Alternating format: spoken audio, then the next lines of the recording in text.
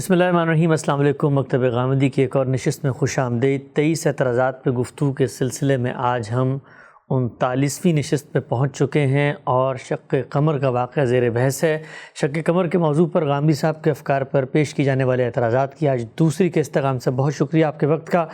ابتدائی گفتگو، تمہیدی گفتگو ہم نے کر دی تھی، معجزات کے حوالے سے آپ کا اصولی نقطہ نظر، پھر کیا وجہ ہے اس معاملے میں اختلافات کی، ڈیٹا کیا موجود ہے، کہاں کیا بات بیان ہوئی ہے۔ ہم نے ایک ابتدائی نوعیت کا پس منظر اور ایک منظرنامہ لوگوں کے سامنے رکھا تھا۔ اس بحث کو آج آگے بڑھا کر اندر اترتے ہیں اور یہ جاننے کی کوشش کرتے ہیں کہ آپ نے جہاں اختلاف کیا ہے اس میں استدلال کیا ہے۔ گفتگو کا خاتمہ یہاں پہ ہوا تھا کہ قرآن مجید میں آیات کا لفظ، نشانی آیت کا لفظ کن کن مفاہیم میں استعمال ہوا ہے، اور آپ نے خود اس بات کا اعتراف کیا تھا کہ معجزے کے لیے بھی آتا ہے۔ پہلا سوال، بنیادی سوال آج کی نشست کا، یہ واقعہ قرآن میں بیان ہوا، اللہ نے اس کو آیت قرار دیا، اس آیت کے اندر جہاں پر اس کو آیت قرار دیا ہے وہاں اس آیت سے کیا مراد ہے؟ سب سے پہلی بات جو میں آپ کی خدمت میں عرض کروں گا وہ یہ ہے کہ جب ہم یہ جان لیتے ہیں کہ اللہ نے ایک لفظ استعمال کیا ہے، ہم اس کے معنی سے واقف ہیں، اس کے مصداق کی 4 صورتیں ہمارے سامنے متعین ہو گئیں، تو اب ہم ایک ایک کو رکھ کے دیکھیں گے۔ ٹھیک، میں نے عرض کر دیا تھا کہ میں چونکہ اس میں متفرد نہیں ہوں، اس لیے یہ معاملہ تو میں اپنے دونوں جلیل القدر علماء پر چھوڑ دوں گا کہ وہ اس کو کیسے بیان کرتے ہیں۔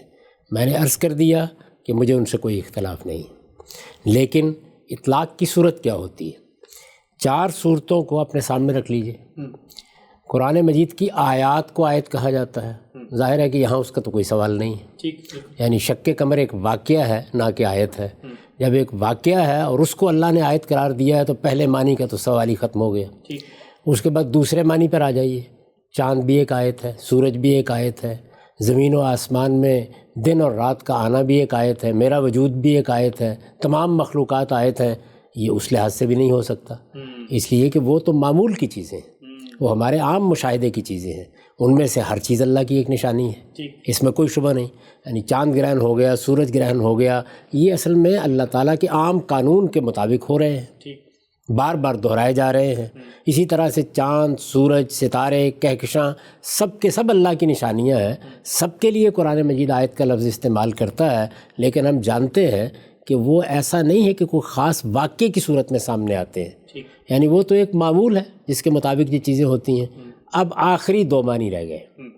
آخری 2 معنی میں نے خود عرض کر دیا کہ ایک معجزے کے لیے اس کا استعمال ہے۔ معجزے کا مطلب کیا ہے کہ اللہ اپنے کسی پیغمبر کی تائید کے لیے کسی بھی پہلو سے، اس سے پہلے میں عرض کر چکا کہ وہ پیغمبر کی حفاظت کے لیے بھی دیے جاتے ہیں، وہ مخاطبین کو عاجز کر دینے کے لیے بھی دیے جاتے ہیں، وہ اتمام حجت کے لیے بھی دیے جاتے ہیں، وہ ازدیاد ایمان کے لیے بھی دیے جاتے ہیں۔ یعنی پیغمبر کے ہاتھ پر اللہ تعالیٰ کی کسی غیر معمولی قدرت کا ظہور ہوتا ہے، اس کو ہم معجزہ کہتے ہیں اصطلاح میں۔ تو ایک معنی یہ ہے کہ پیغمبر کے ہاتھ پر اس کا صدور ہوا، رسالت مآب صلی اللہ علیہ وسلم سے ایک معجزے کا مطالبہ کیا گیا، اور رسالت مآب صلی اللہ علیہ وسلم نے یہ معجزہ دکھایا۔ اس میں بھی اللہ ہی دکھائے گا، یعنی جب سیدنا موسیٰ علیہ السلام کا عصا سانپ بنا تو اللہ کے اذن سے بنا، جب سیدنا مسیح علیہ السلام نے مردوں کو زندہ کیا تو اللہ کے اذن سے کیا، وہ بھی اللہ ہی کے اذن سے ہوگا، لیکن وہ پیغمبر کے ہاتھ سے صادر ہوتا ہے۔ پیغمبر اشارہ کرتا ہے، پیغمبر لٹھیا مارتا ہے، پیغمبر لٹھیا پھینک دیتا ہے، پیغمبر سے کہا جاتا ہے کہ سمندر کو اس کے حال پر چھوڑ دو، تو یہاں پیغمبر کے ہاتھ سے وہ چیز صادر ہوتی ہے۔ جیسے کہ سیدنا موسیٰ علیہ السلام کے بارے میں ہم جانتے ہیں کہ انہوں نے اپنی لٹھیا ماری تو 12 چشمے بہہ نکلے، ظاہر ہے کہ وہ بھی ایک معجزہ تھا، اس میں کوئی شک نہیں۔ تو ایک پہلو یہ ہے۔ ایک دوسرا پہلو جو ہم نے اس سے پہلے دیکھا وہ یہ ہے کہ خود اللہ تعالیٰ اپنی طرف سے کوئی غیر معمولی معاملہ کرتے ہیں، یعنی وہ پیغمبر کے ہاتھ سے نہیں ہوتا، اللہ تعالیٰ کی طرف سے ہوتا ہے۔ ٹھیک ہوتا وہ بھی ایک معجزہ ہی ہے، وہ بھی عام قانون کی چیز نہیں ہوتی، عام حالات کی چیز نہیں ہوتی، لیکن اصطلاح میں اس کو معجزہ نہیں کہا جاتا، اس لیے کہ وہ اللہ کی طرف سے ایک نشانی، ایک غیر معمولی صورتحال ظاہر ہوتی ہے جس میں عام قوانین سے ہٹ کے کوئی معاملہ ہوتا ہے۔ اللہ تعالیٰ نے بنی اسرائیل کے لیے من و سلوہ اتار دیا، یہاں معاملہ پیغمبر کے ہاتھ سے نہیں ہوا، لیکن من و سلوہ کا اترنا یہ ظاہر ہے غیر معمولی چیز ہے، یہ عام حالات کی چیز نہیں ہے، یہ چاند نہیں ہے، سورج نہیں ہے، بادل نہیں ہے، آسمان نہیں ہے، کوئی برسنے کی کیفیت نہیں ہے، کوئی اولے نہیں ہے، برف باری نہیں ہے، بلکہ اللہ تعالیٰ کی طرف سے ایک خاص غذا کے اتارے جانے کا معاملہ ہے۔ ٹھیک، تو غیر معمولی ہے بالکل، لیکن یہ اللہ نے براہ راست کیا اور ایسے ہی کیا۔ اللہ تعالیٰ نے بدلیوں کا سایہ کر دیا۔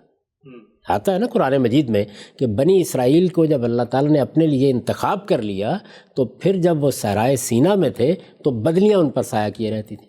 سیدنا مسیح علیہ السلام کی معجزانہ پیدائش ہو گئی، بن باپ کے پیدا ہو گئے۔ یہ سیدنا مسیح کا معجزہ نہیں ہے بلکہ اللہ کی آیت ہے جس کا ظہور ہوا ہے۔ تو ان دونوں کا پہلے فرق سمجھ لیجیے۔ یعنی ایک چیز یہ ہے کہ معاملہ غیر معمولی ہوا، عام قانون سے ہٹ کے ہوا، لیکن وہ پیغمبر کی طرف سے ہوا۔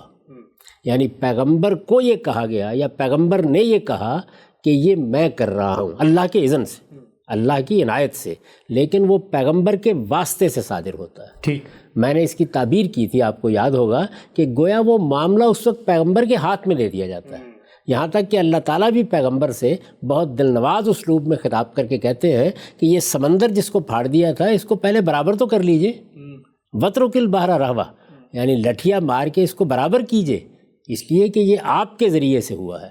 تو اللہ تعالیٰ جو براہ راست اس طرح کی چیزیں کرتے ہیں غیر معمولی، ان کا ذکر کیا ہے اس آیت میں جو میں نے آخر میں پڑھی تھی کہ ہم ان قریب، یعنی یہ رسالت مآب صلی اللہ علیہ وسلم کے مخاطبین کو کہا گیا ہے، ہم ان قریب آفاق میں بھی اپنی کچھ نشانیاں دکھانے والے ہیں، انفس میں بھی، تمہارے اندر بھی دکھانے والے ہیں۔ وہ کیا کیا نشانیاں تھیں جو رسالت مآب صلی اللہ علیہ وسلم کے زمانے میں قریش کے لیے ظاہر ہوئیں، خود قریش کے اندر ظاہر ہوئیں، آفاق میں ظاہر ہوئیں۔ اس وقت ان سب کا استقصاء کرنے کی ضرورت نہیں ہے، وہ اور بھی نشانیاں ہیں جو اس طرح سے ظاہر ہوئیں۔ انہی نشانیوں میں سے ایک نشانی یہ شق قمر کا واقعہ بھی تھا۔ اچھا، تو آپ دیکھیے کہ یہاں اس پر گفتگو نہیں کی جا رہی کہ یہ کوئی غیر معمولی واقعہ نہیں تھا، یہ ایسے تھا جیسے زلزلہ آ گیا، ایسے تھا جیسے کہ کوئی اور اس طرح کا واقعہ ہو گیا، چاند گرہن ہو گیا۔ وہ معمول کے واقعات ہیں، عام قانون کے مطابق ہوتے ہیں، یہ اس سے ہٹ کے ہوا ہے۔ وہ سب کے سب بھی اللہ کی آیات ہیں، ان پر بھی لفظ آیت بولا جا سکتا ہے۔ چاند گرہن پر بولا گیا ہے، جیسے کہ آپ کو یاد ہوگا کہ رسالت مآب صلی اللہ علیہ وسلم کے زمانے میں جب سورج گرہن ہوا تو لوگوں کو یہ خیال ہوا کہ آپ کے صاحبزادے کی وفات کی وجہ سے ہوا ہے، تو آپ نے فرمایا کہ کسی کے مرنے سے یا جینے سے یہ معاملات نہیں ہوتے، یہ اللہ کی دو نشانیاں ہیں۔ تو آیاتان کا لفظ استعمال کیا، تو وہ سب بھی اللہ کی نشانیاں ہیں، لیکن یہ دو بالکل مختلف صورتیں ہیں نشانیوں کے ظہور کی۔ یعنی پیغمبر کے ہاتھ سے کسی نشانی کا ظاہر ہونا، پیغمبر کے اس سے متعلق ہوئے بغیر اس کی تائید میں کسی نشانی کا ظاہر ہو جانا۔ ٹھیک، یعنی یہ دو باتیں واضح ہو گئی، بالکل واضح۔ تو اب آپ یہ دیکھیے کہ ہمارے یہ جلیل القدر اساتذہ یا علماء اس کو کس طریقے سے پیش کرتے ہیں۔ سب سے پہلے یہ جاننا چاہیے۔ میں آپ کے سامنے استاذ امام کی تفسیر تدبر قرآن رکھتا ہوں، اس میں دیکھیے وہ کس طرح سے اس کی تمہید باندھتے ہیں۔ اس کے لیے انہوں نے عنوان قائم کیا ظہور عذاب کی ایک نشانی۔ اچھا، یعنی اللہ تعالیٰ اپنے پیغمبر کے ذریعے سے انذار کر رہا تھا کہ تم پر عذاب آ جائے گا، وہ گھڑی آنے والی ہے، تمہاری گرفت ہونے والی ہے، اللہ تعالیٰ کی طرف سے غیر معمولی طریقے سے تمہیں سزا دی جانے والی ہے، اس لیے اس سے پہلے کہ وہ واقعہ ہو اپنے آپ کو سنبھال لو۔ ظہور عذاب کی ایک نشانی، استاذ امام لکھتے ہیں ون شکل قمر، یہ علامت بیان ہوئی ہے عذاب کی گھڑی کے قریب آنے کی۔ ٹھیک، اللہ تعالیٰ کی ایک سنت کا حوالہ ہم اس کتاب میں جگہ جگہ دے چکے ہیں کہ یوں تو اس زمین و آسمان کے چپے چپے پر اس کی قدرت و حکمت کی نشانیاں موجود ہیں، اور آئے دن نئی نئی نشانیاں بھی ظاہر ہوتی رہتی ہیں، لیکن رسولوں کی بعثت کے زمانے میں اللہ تعالیٰ خاص طور پر ایسی نشانیاں ظاہر فرماتا ہے جس سے رسول کے انذار اور اس کے دعوی رسالت کی صداقت ظاہر ہوتی۔ ٹھیک، یعنی یہ وہ خصوصی نشانیاں قرآن میں اس سنت الہی کا ذکر جگہ جگہ ہوا ہے۔ یہ بات اور بھی کئی مقامات پہ بیان ہوئی ہے، ہم ایک آیت بطور مثال پیش کرتے ہیں۔ فرمایا ہے سَنُرِيهِمْ آیَاتِنَا فِی الْآفَاقِ وَفِی أَنفُسِهِمْ، یہ وہی حامیم السجدہ کی آیت 53 ہے جو میں نے آپ کو پڑھ کے سنائی تھی۔ ہم ان قریب ان کو دکھائیں گے اپنی نشانیاں اس کائنات میں بھی اور خود ان کے اندر بھی۔ ان نشانیوں کا مقصود جیسا کہ ہم نے اشارہ کیا رسول کے انذار کو تقویت پہنچانا ہوتا ہے، یعنی رسول لوگوں کو خبردار کر رہا ہے تو اس کی تائید کے لیے، اس کی تقویت کے لیے نشانیاں نمودار ہوتی ہیں۔ یہ عام حالات کی چیز نہیں ہوتی، خاص نشانیاں ہوتی ہیں لیکن اللہ کی طرف سے ظاہر ہو جاتی ہیں۔ رسول جن باتوں کی منادی زبان سے کرتا ہے اس کی تائید کے آثار و شواہد اس کائنات میں بھی مختلف شکلوں میں ظاہر ہوتے ہیں تاکہ لوگوں پر اللہ تعالیٰ کی حجت اچھی طرح پوری ہو جائے۔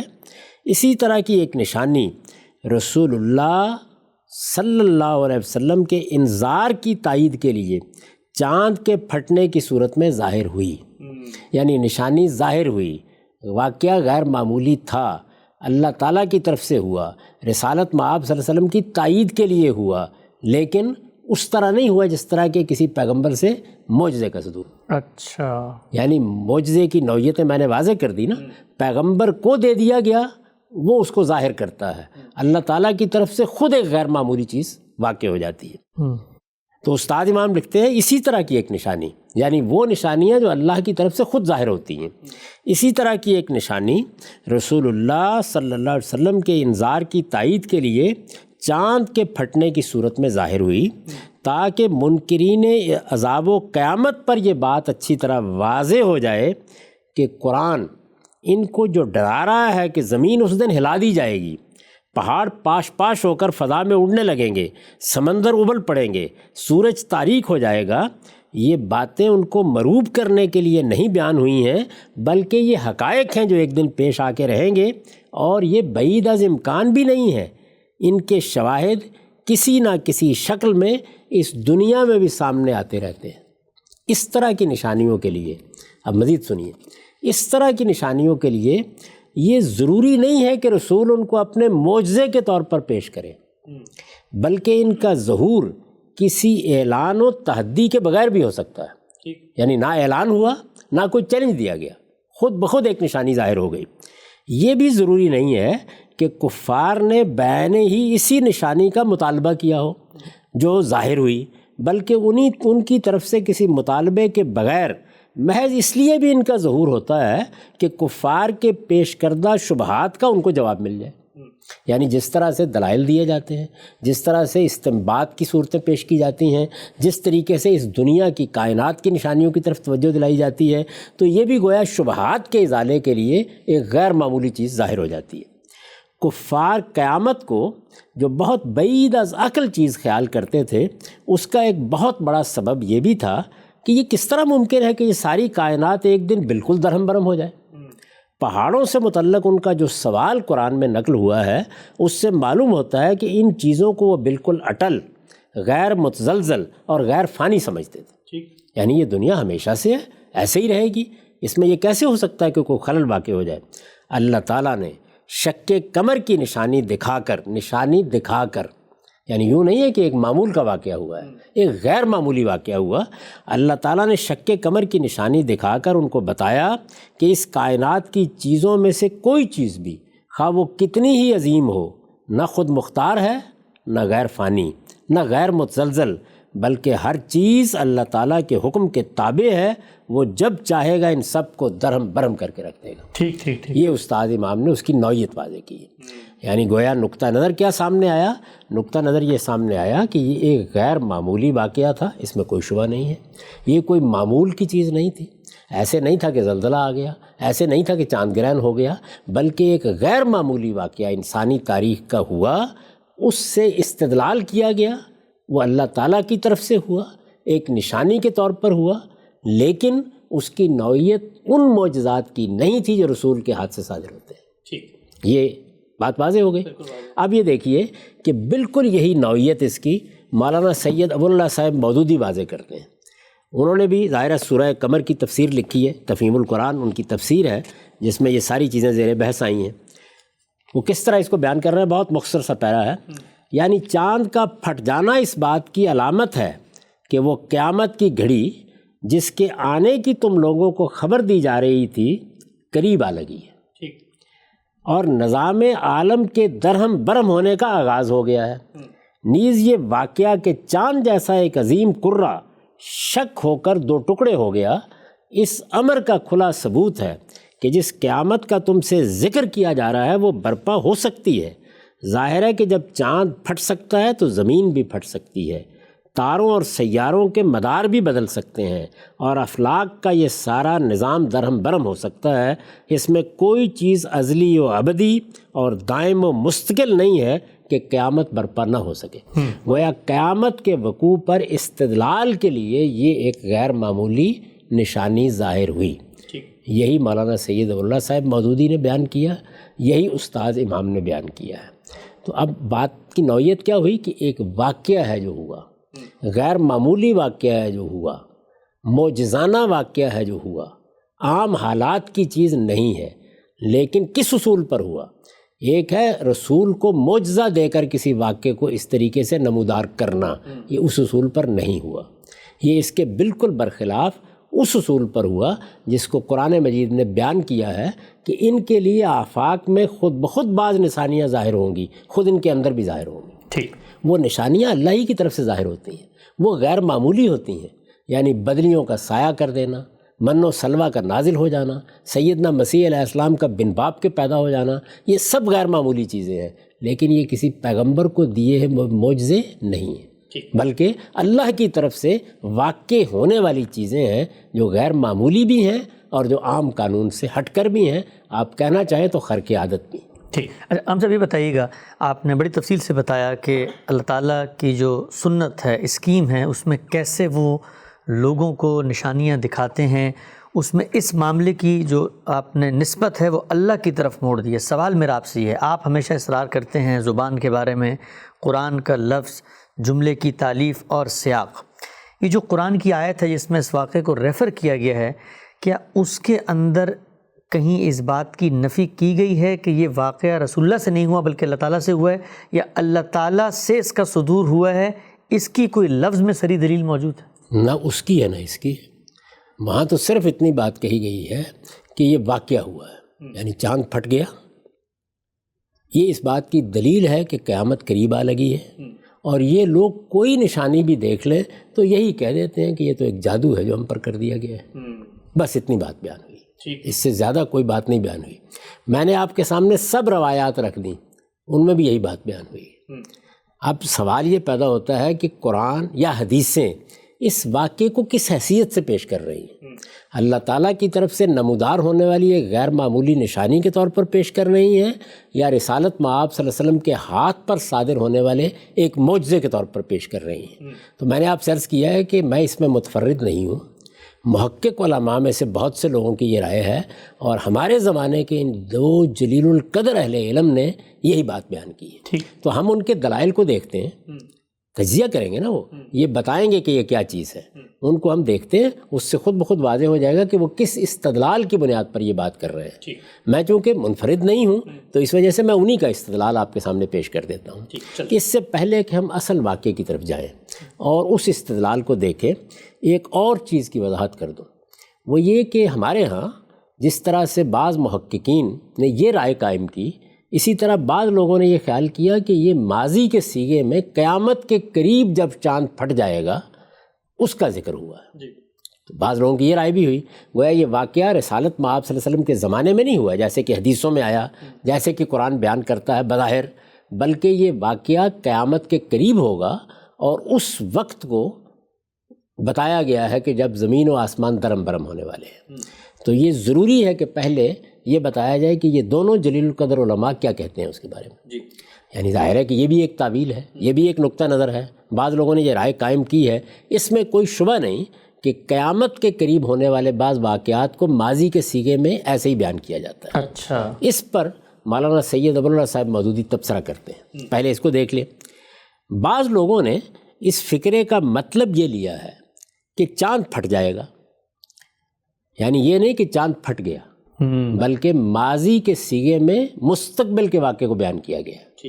بعض لوگوں نے اس فکرے کا مطلب یہ لیا ہے کہ چاند پھٹ جائے گا، لیکن عربی زبان کے لحاظ سے چاہے یہ مطلب لینا ممکن ہو، یعنی یہ ایسا ہوتا ہے عربی زبان میں بھی ہوتا ہے، ہماری اردو میں بھی ہوتا ہے کہ ہم مستقبل کے کسی واقعے کو ماضی کے اسلوب میں بیان کرتے ہیں، اور پیش نظر یہ ہوتا ہے کہ گویا وہ تو ہو چکا، یعنی اذا زلزلت الارض زلزالها میں جیسے ہوا، وہاں تو خیر اذا ہے، وہ ظاہر ہے مستقبلی کا بیان ہے، لیکن قرآن مجید میں اور بھی بہت سے مقامات ہیں جن میں ماضی کا صیغہ استعمال ہوا ہے۔ ٹھیک، تو سب سے پہلے وہ یہ کہتے ہیں لیکن عربی زبان کے لحاظ سے چاہے یہ مطلب لینا ممکن ہو، عبارت کا سیاق و سباق اس معنی کو قبول کرنے سے صاف انکار کرتا ہے۔ ٹھیک، اب یہ دیکھیے کیا صحیح اصول ہے جس کے اوپر وہ آگے بڑھے ہیں۔ پہلی چیز یہ ہے کہ کیا یہ ترجمہ کرنا ممکن ہے؟ انہوں نے کہا کہ ہاں ممکن ہے، یعنی دو احتمالات ہوتے ہیں، تین بھی ہوتے ہیں، ایک لفظ کے چار معنی ہیں، ایک اسلوب تین پہلوؤں سے آ جاتا ہے، یہ ممکن ہے، لیکن سیاق و سباق فیصلہ کرے گا نا۔ جب دو امکانات پیدا ہو گئے، یعنی ماضی کے صیغے میں ماضی کا واقعہ بیان ہوا ہے، ماضی کے صیغے میں مستقبل کا واقعہ بیان ہوا ہے، دو احتمالات پیدا ہو گئے، قرآن قطعی الدلالہ ہے، اگر جملہ فیصلہ نہیں کر سکا تو سیاق و سباق کرے گا۔ عبارت کا سیاق و سباق اس معنی کو قبول کرنے سے صاف انکار کرتا ہے۔ اول تو یہ مطلب لینے سے پہلا فکرہ ہی بے معنی ہو جاتا ہے۔ یہ دیکھیے وہ تحلیل کر رہے ہیں، اول تو یہ مطلب لینے سے پہلا فکرہ ہی بے معنی ہو جاتا ہے۔ چاند اگر اس کلام کے نزول کے وقت پھٹا نہیں تھا بلکہ وہ آئندہ کبھی پھٹنے والا ہے، تو اس کی بنا پر یہ کہنا بالکل محمل بات ہے کہ قیامت کی گھڑی قریب آ گئی، کیونکہ کوئی علامت ظاہر ہی نہیں ہوئی، تو کس سے آپ ریفر کر رہے ہیں؟ یعنی آپ کس بنیاد پر یہ بات کہہ رہے ہیں؟ آخر مستقبل میں پیش آنے والا کوئی واقعہ اس کے قرب کی، یعنی قیامت کے قرب کی علامت کیسے قرار پا سکتا ہے کہ اسے شہادت کے طور پر پیش کرنا ایک معقول طرز استدلال ہو۔ دوسرے، یہ مطلب لینے کے بعد جب ہم آگے کی عبارت پڑھتے ہیں تو محسوس ہوتا ہے کہ وہ اس کے ساتھ کوئی مناسبت نہیں رکھتی۔ آگے کی عبارت صاف بتا رہی ہے کہ لوگوں نے اس وقت کوئی نشانی دیکھی تھی جو امکان قیامت کی صریح علامت تھی، مگر انہوں نے اسے جادو کا کرشمہ قرار دے کر جھٹلا دیا اور اپنے اس خیال پر جمے رہے کہ قیامت کا آنا ممکن نہیں ہے۔ اس سیاق و سباق میں ان شکل قمر کے الفاظ اسی صورت میں ٹھیک بیٹھ سکتے ہیں جب کہ ان کا مطلب چاند پھٹ گیا ہو۔ چاند پھٹ جائے گا کہ معنی میں ان کو لے لیا جائے تو بعد کی ساری عبارت بے جوڑ ہو جاتی ہے۔ سلسلہ کلام میں اس فکرے کو رکھ کر دیکھ لیجئے، آپ خود محسوس کریں گے کہ اس کی وجہ سے ساری عبارت بے معنی ہو گئی ہے۔ تو انہوں نے کیا کیا ہے کہ اس کو رکھ کے دکھا دیا، قیامت کی گھڑی قریب آ گئی اور چاند پھٹ جائے گا۔ ان لوگوں کا حال یہ ہے کہ خواہ کوئی نشانی دیکھ لیں منہ موڑ جاتے ہیں اور کہتے ہیں کہ یہ تو جلتا ہوا جادو ہے۔ انہوں نے جھٹلا دیا اور اپنے خواہشات کی پیروی کی۔ واضح ہے، وہ خود بتا دیا، جملے نے بتا دیا، سیاق نے بتا دیا، نوعیت کلام نے بتا دیا، کلام کی اپنی شان نے بتا دیا کہ یہ مستقبل کا کوئی واقعہ نہیں ہے، یہ واقعہ رسالت مآب صلی اللہ علیہ وسلم کے عہد میں ہوا۔ ٹھیک، یعنی یہ پہلی چیز ضروری تھی، اس لیے کہ ہمارے زمانے میں بھی بعض لوگوں نے اس سے یہ معنی لیے ہیں۔ آپ دیکھیے کہ بین ہی اسی استدلال کو استاد امام بھی واضح کرتے ہیں، یعنی وہ بھی یہ بتاتے ہیں کہ یہ معاملہ کس طریقے سے ہوا اور اللہ تعالیٰ نے کس طرح سے اپنے پیغمبر کی مدد کی یا ان کی تائید کی اور کس طرح سے یہ ظاہر ہوا۔ اب دیکھیے بین ہی یہی استدلال استاذ امام بھی کر رہے ہیں۔ انہوں نے عنوان قائم کیا ایک سوال کا جواب۔ رہا یہ سوال کہ اس طرح کا کوئی واقعہ نبی صلی اللہ علیہ وسلم کے عہد میں پیش آیا بھی ہے، تو اس کا جواب میرے نزدیک یہ ہے کہ قرآن کے الفاظ سے یہی بات نکلتی ہے کہ یہ پیش آیا، اور حدیثوں سے بھی اسی کی تائید ہوتی ہے۔ صورت واقعہ کے بارے میں تو حدیثیں ضرور مختلف ہیں، لیکن نفس واقعہ کے بارے میں کوئی اختلاف منقول نہیں ہے۔ بعض لوگوں نے یہ کہا ہے کہ یہ قیامت کے دن پیش آنے والے واقعے کی خبر ہے، جس کو ماضی کے صیغے سے اس کی قطعیت کے اظہار کے لیے بیان فرمایا گیا ہے۔ ان کے نزدیک مطلب یہ ہے کہ قیامت قریب آ گئی اور چاند پھٹ جائے گا۔ ٹھیک، یہ قول اگرچہ اگلوں میں سے بھی بعض لوگوں سے نقل ہوا ہے اور اس زمانے میں بھی اس کو ایک گروہ کے اندر حسن قبول حاصل ہے، لیکن سیاق کلام اس سے ابا کرتا ہے، بالکل وہی استدلال۔ یعنی جب آپ جملے کو اس کلام کے اندر رکھ کر دیکھتے ہیں تو وہ اس کو اگل دیتا ہے، وہ یہ معنی نہیں لیتا۔ اس میں تو شبہ نہیں ہے کہ قیامت میں پیش آنے والے واقعات قرآن میں ماضی کے اسلوب میں بیان ہوئے ہیں، لیکن یہاں یہ معنی لیے جائیں تو کلام آگے والی بات سے بے جوڑ ہو جاتا ہے۔ آگے فرمایا ہے کہ یہ کوئی سی نشانی دیکھیں گے تو اس سے اعراض ہی کریں گے اور کہیں گے کہ اس میں کوئی خاص ندرت نہیں، یہ تو جادو ہے جو پہلے سے چلا آ رہا ہے۔ غور کیجئے کہ چاند کے پھٹنے کا تعلق قیامت سے ہوتا تو اس کے بعد یہ بات کہنے کا کیا محل تھا؟ قیامت کے دن تو کٹڑ سے کٹڑ منکر بھی کسی چیز کو جادو نہ کہہ سکے گا، بلکہ سب اعتراف کریں گے کہ رسولوں نے جو خبر دی وہ حرف حرف سچ نکلی۔ چنانچہ آگے بیان بھی ہوا ہے کہ یقول الکافرون ھذا یوم عسر، اس دن کافر کہیں گے کہ تو بڑا ہی کٹھن دن آ گیا۔ تو یہ بالکل وہی استدلال ہے، انہوں نے بھی اس بات کی نفی کر دی۔ میرے نزدیک یہ بالکل صحیح استدلال ہے، یہ کوئی قیامت کے قریب پیش آنے والے واقعے کا ذکر نہیں ہے جس کو ماضی کے اسلوب میں بیان کیا گیا ہے، بلکہ ماضی کا واقعہ ہے، عہد رسالت کا واقعہ ہے، غیر معمولی واقعہ ہے، معجزانہ طریقے سے ہوا ہے، لیکن اس کی نوعیت ایک واقعے کی ہے۔ یعنی یہ بات اگر واضح ہو گئی ہے تو ظاہر ہے کہ اس کے بعد ہم آگے بڑھ سکتے ہیں۔ جی، اس کو واضح کرنے کے بعد اب یہ دیکھیے کہ اس سارے واقعے پر مولانا سید ابو العلا صاحب مودودی کیا تبصرہ کرتے ہیں۔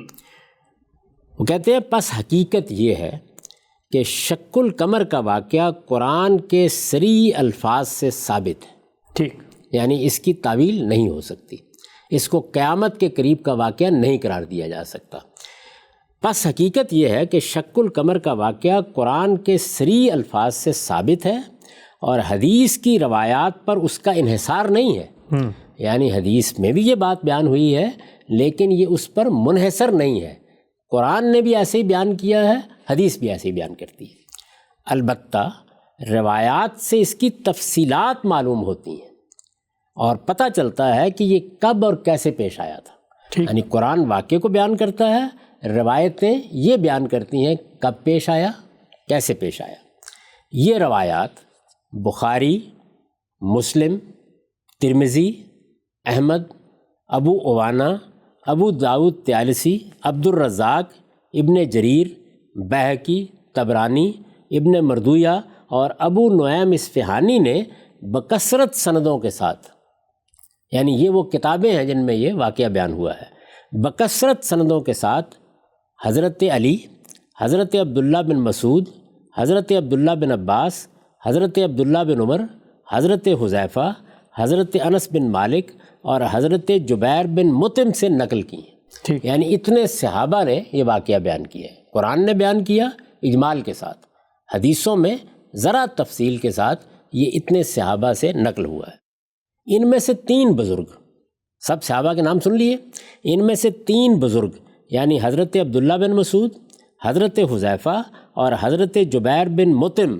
تصریح کرتے ہیں کہ وہ اس واقعے کے عینی شاہد ہیں۔ اچھا، یعنی یہ وہ 3 بزرگ ہیں جو اس وقت موجود تھے جب یہ واقعہ ہوا، اور 2 بزرگ ایسے ہیں جو اس کے عینی شاہد نہیں ہو سکتے، کیونکہ ان میں سے ایک یعنی عبداللہ بن عباس کی پیدائش سے پہلے کا واقعہ ہے اور دوسرے یعنی انس بن مالک اس وقت بچے تھے۔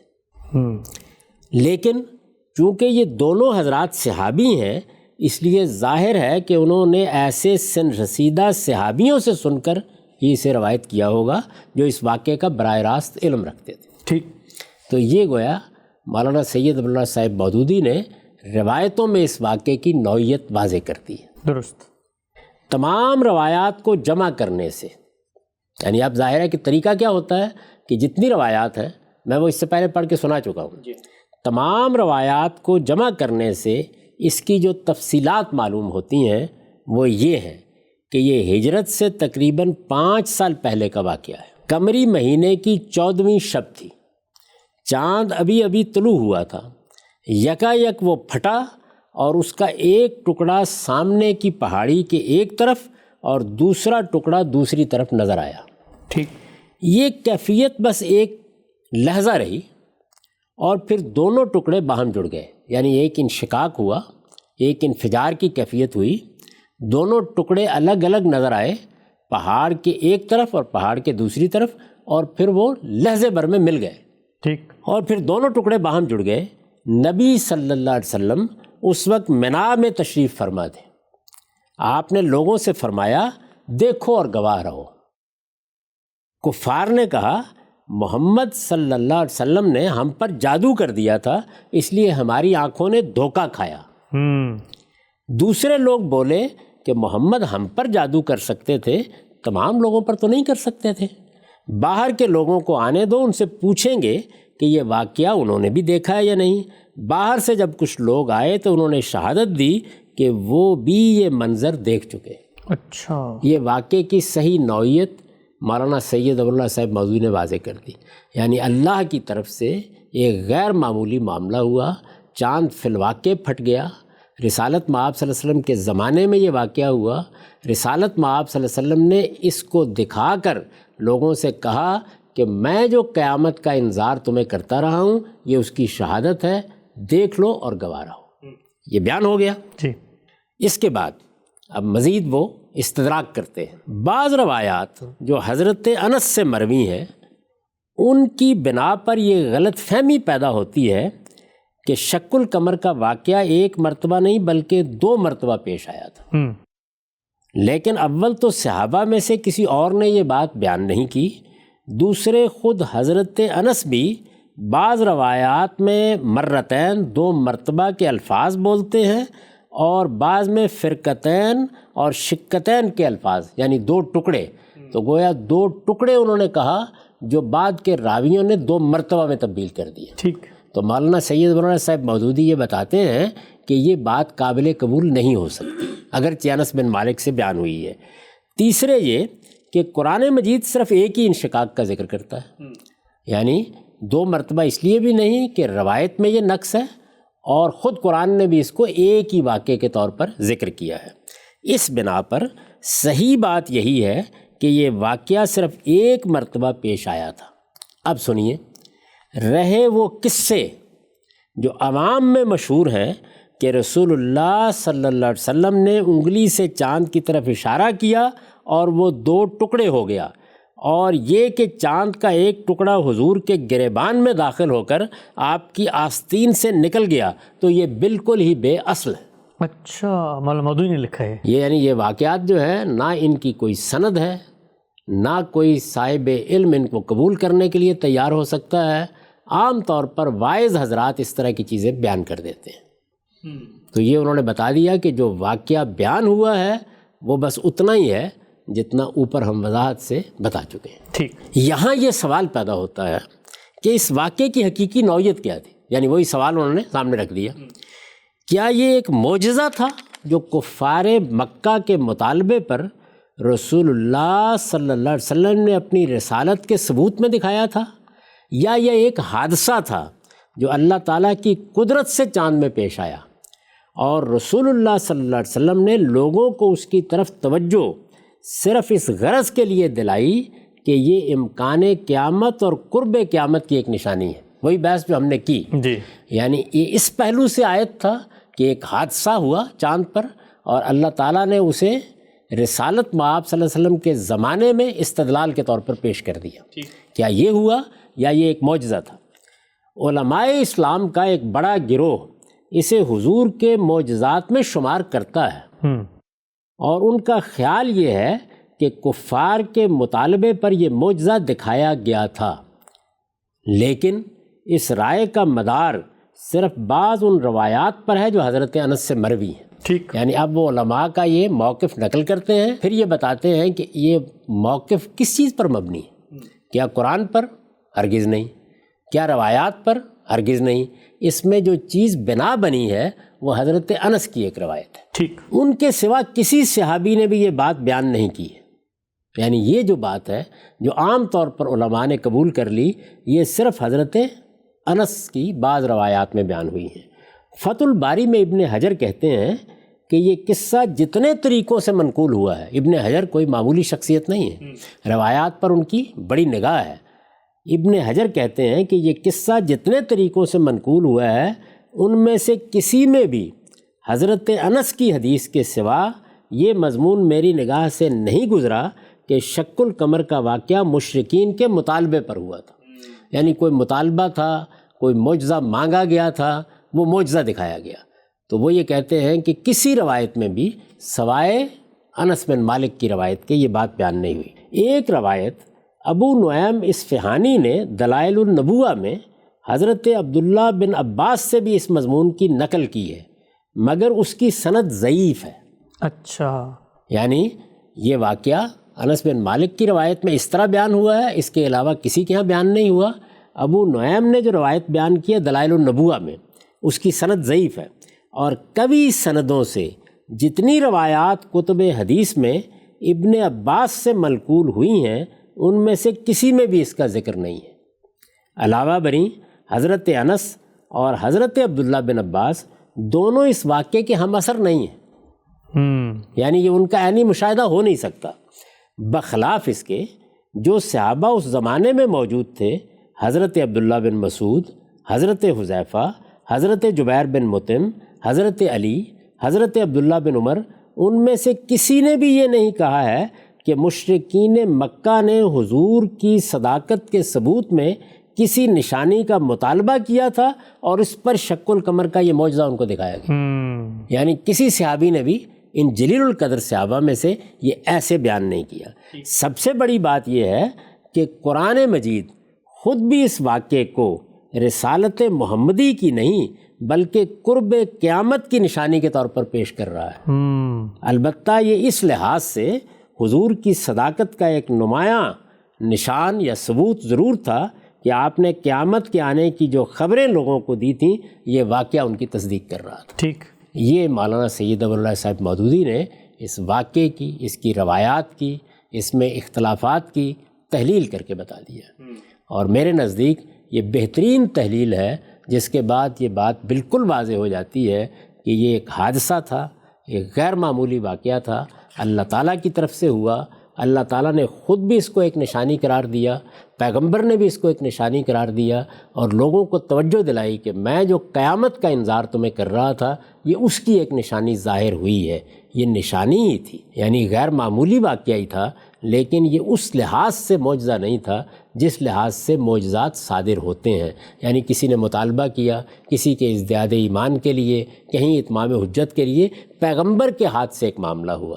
باقی جو لوگوں نے یہ باتیں کہی ہیں کہ چاند اشارے سے ہو دو، یہ محض داستانیں ہیں، ان کی کوئی حقیقت نہیں ہے۔ ٹھیک، اچھا غلام صاحب، بہت ہی آپ نے خوبصورتی سے تفصیل سے مولانا مودودی کا استدلال سامنے رکھا اور بتایا کہ قرآن مجید کیسے اس چیز کو بیان کر رہا ہے اور خود روایات کا معاملہ کیا ہے، اور روایات کے اندر جو ایک آپ کو پرابلم نظر آتی ہے اس کو بھی انہوں نے حل کیا۔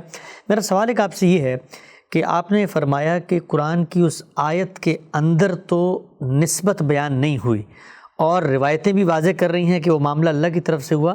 سوال میرا آپ سے یہ ہے کہ اگر یہ پیغمبر کی نسبت سے ہوا ہوتا تو قرآن مجید کو تو اس کو وہاں پر نسبت قائم کر کے بیان کرنا، جیسے موسیٰ علیہ السلام کا بتایا، جیسے مسیح علیہ السلام کا بتایا، تو کیا رسول اللہ کا نام نہ لینا وہاں پر اس امکان کی تائید آگے نہیں بڑھاتا کہ یہ معاملہ رسول اللہ کی نسبت سے نہیں ہوا؟ میں نے تو عرض کیا ہے کہ جب آپ قرآن کو پڑھتے ہیں تو وہ بھی اسی تحلیل کی تائید کرتا ہے۔ قرآن مجید نے ایسے ہی بیان کیا ہے، یعنی قیامت کی نشانی کے طور پر پیش کیا ہے، اسی لحاظ سے اس پر منکرین کا تبصرہ نقل کیا ہے، اسے معجزے کے طور پر پیش ہی نہیں کیا جس طرح کہ قرآن پیش کیا کرتا ہے۔ یعنی قرآن مجید نے سیدنا موسیٰ کے معجزات کا ذکر کیا ہے، سیدنا مسیح کے معجزات کا ذکر کیا ہے۔ جب وہ کسی معجزے کو بیان کرتا ہے تو اس کا ایک خاص طریقہ ہے، اسلوب ہے، اس میں یہ بتایا جاتا ہے، اور اس میں یہ ذکر ہونا چاہیے تھا کہ پیغمبر کو ہم نے یہ سعادت دی، یہ فضیلت ان کو حاصل ہوئی، یا ان سے یہ مطالبہ کیا گیا، اور پھر ہمارے اذن سے، جیسے کہ وہاں بیان ہوتا ہے، یہ معجزہ صادر ہو گیا۔ قرآن نے اس طرح بیان ہی نہیں کیا، قرآن نے بھی اس کو ایک واقعے، ایک حادثے کے طور پر بیان کیا ہے، اور مولانا سید ابو اللہ صاحب مودودی نے حدیثوں کی تحلیل کر کے بھی بتا دیا ہے کہ جو جلیل القدر صحابہ سے عینی شاہدوں سے جو روایتیں نقل ہوئی ہیں ان میں بالکل اسی حیثیت سے یہ سامنے آتا ہے۔ ٹھیک، اچھا ہم سے بھی بتائیے گا کہ ہم دیکھتے ہیں قرآن مجید میں متعدد جگہوں پہ کفار ویسے الگ سے مطالبات رکھ رہے ہیں رسول اللہ کے سامنے کہ مکے میں جو ہے وہ آپ ایک نہر بہا دیجیے، اور اس طرح کے باقی معاملات میں مطالبہ تو ان کی جگہ پر کھڑا ہوا ہے۔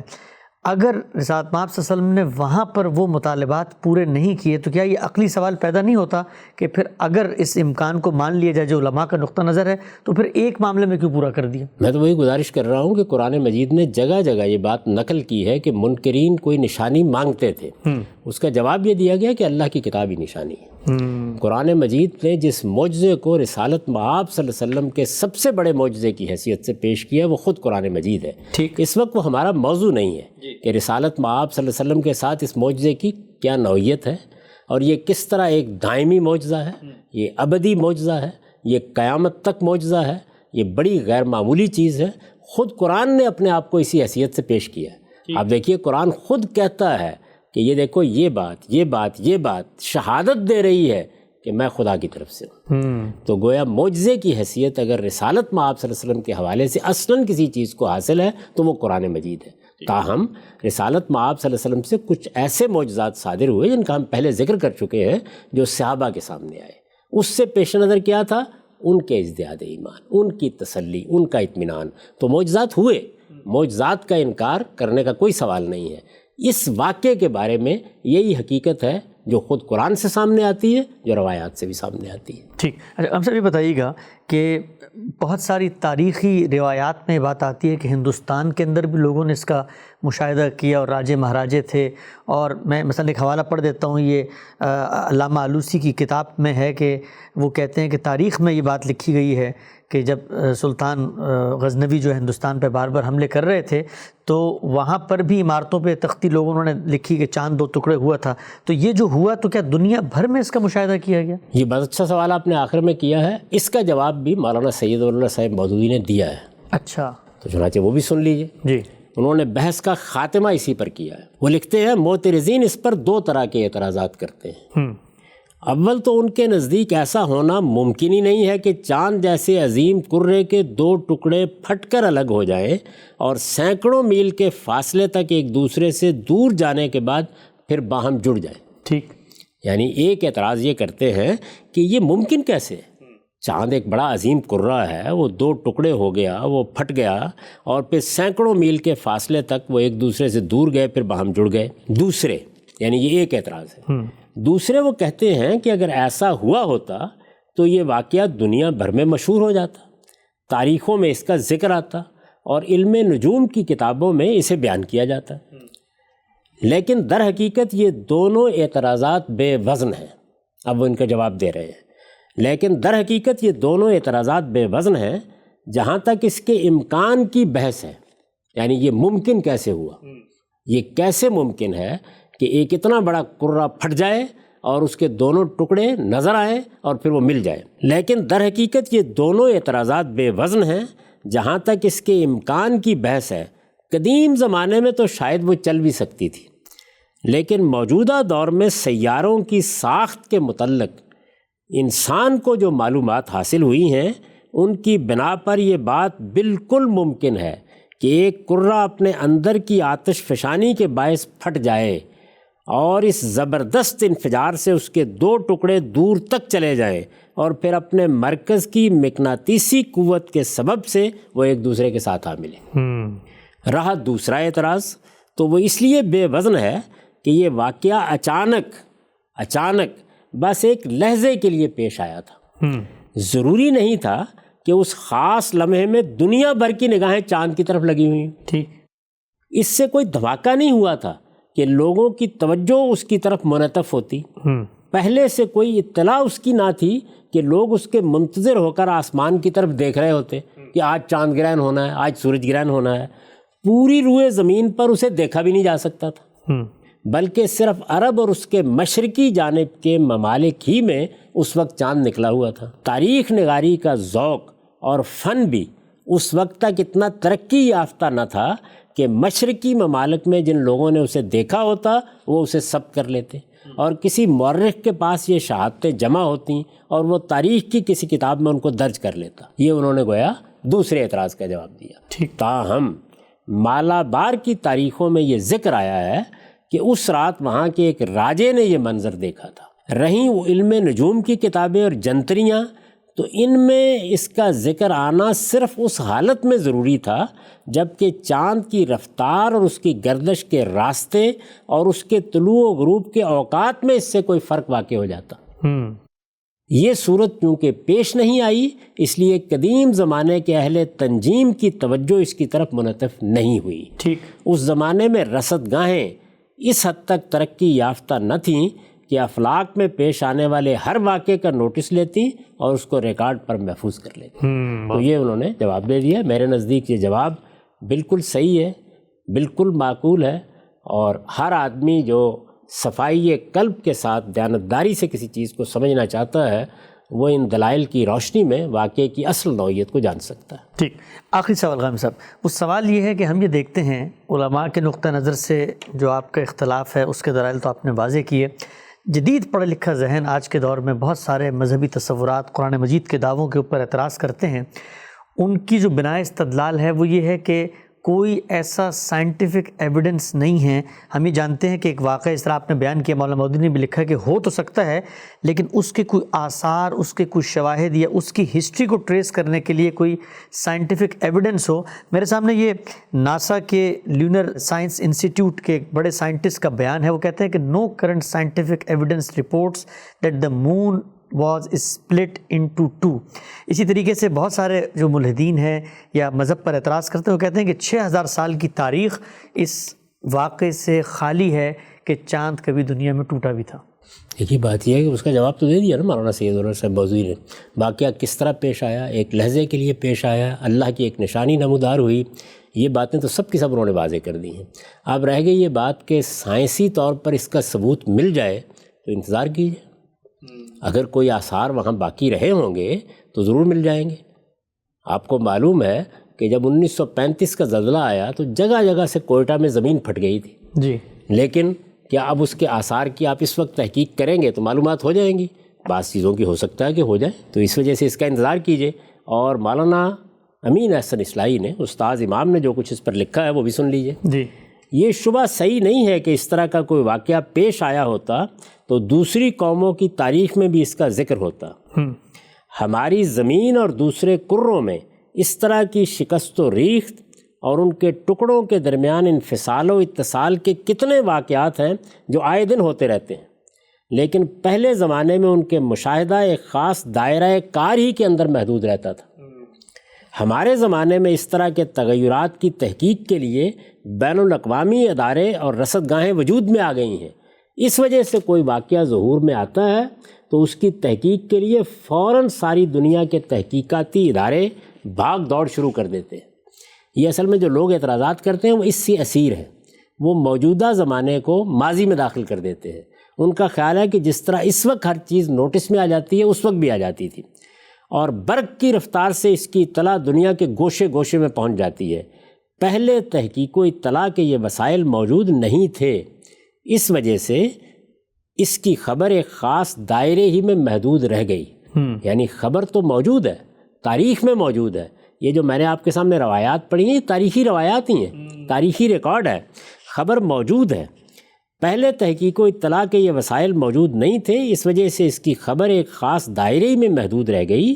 لیکن یہ دائرہ، یعنی یہ کون لوگ یہ خبر دے رہے ہیں، لیکن یہ دائرہ نہایت ثقہ لوگوں کا ہے۔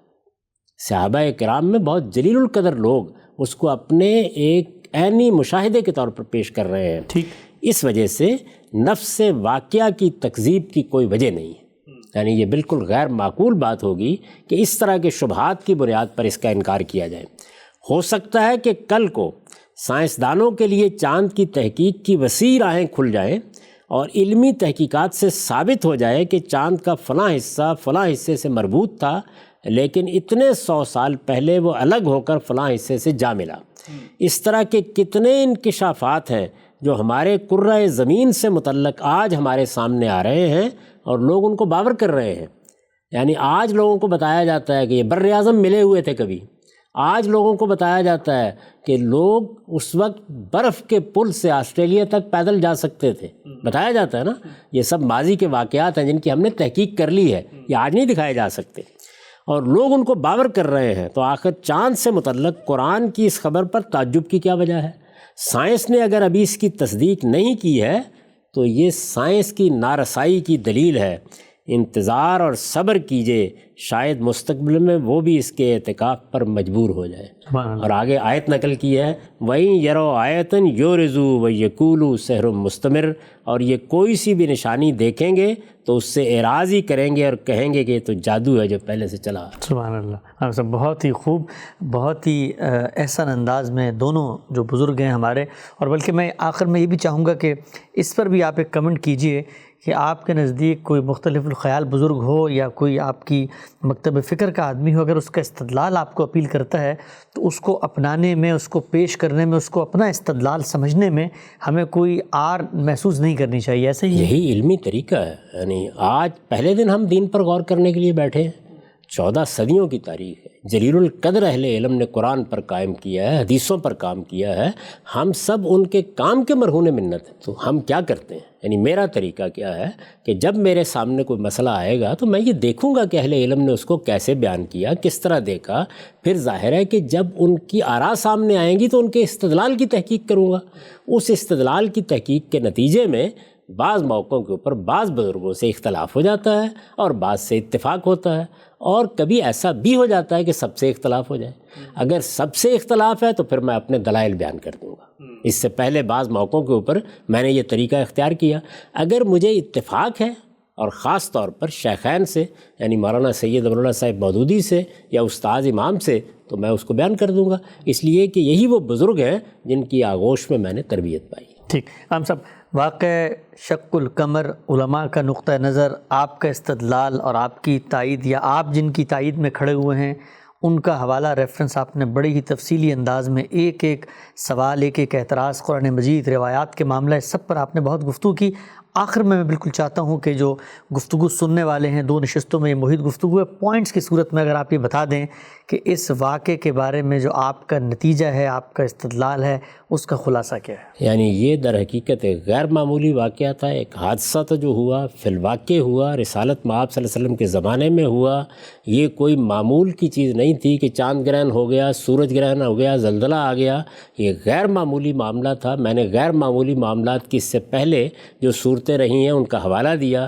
سیدنا مسیح کی غیر معمولی پیدائش ہو گئی، بن باپ کے دنیا میں آ گئے، بدلیاں بنی اسرائیل کے اوپر سایہ فگن ہو گئیں، یہ سب چیزیں بیان ہوئیں۔ یہ اسی نوعیت کا ایک غیر معمولی واقعہ تھا جو ہوا، اس سے قرآن نے بھی استدلال کیا، رسالت مآب نے بھی استدلال کیا، لیکن یہ کفار کے مطالبے پر دکھایا جانے والا کوئی معجزہ نہیں تھا۔ اور اس کی جو عام تصویر لوگوں کے ذہن میں ہے کہ ایک اشارہ کیا گیا، چاند ٹوٹ گیا، آستین میں داخل ہوا، نکل گیا، وہ بالکل بے اصل باتیں ہیں، ان کی کوئی بنیاد نہیں ہے۔ ضعیف روایتوں کو چھوڑ کر اگر آپ صحیح اور حسن روایتیں سامنے رکھیں گے اور محدثین کے طریقے کے مطابق ان کا انتخاب کریں گے تو وہی تصویر سامنے آتی ہے جو ان دونوں بزرگوں نے پیش کر دی۔ ہم سب بہت شکریہ آپ کے وقت کا۔ ہم نے بہت تفصیل سے آج اعتراضات کی سیریز کی 39 ایپیسوڈ کے اندر غامدی صاحب سے تمام ان اعتراضات پر گفتگو کی، ان سے تفصیل چاہی۔ انشاءاللہ آئندہ ایک نئے اعتراض کے ساتھ دوبارہ حاضر ہوں گے۔ اب تک آپ کے وقت کا بہت شکریہ۔ بہت شکریہ۔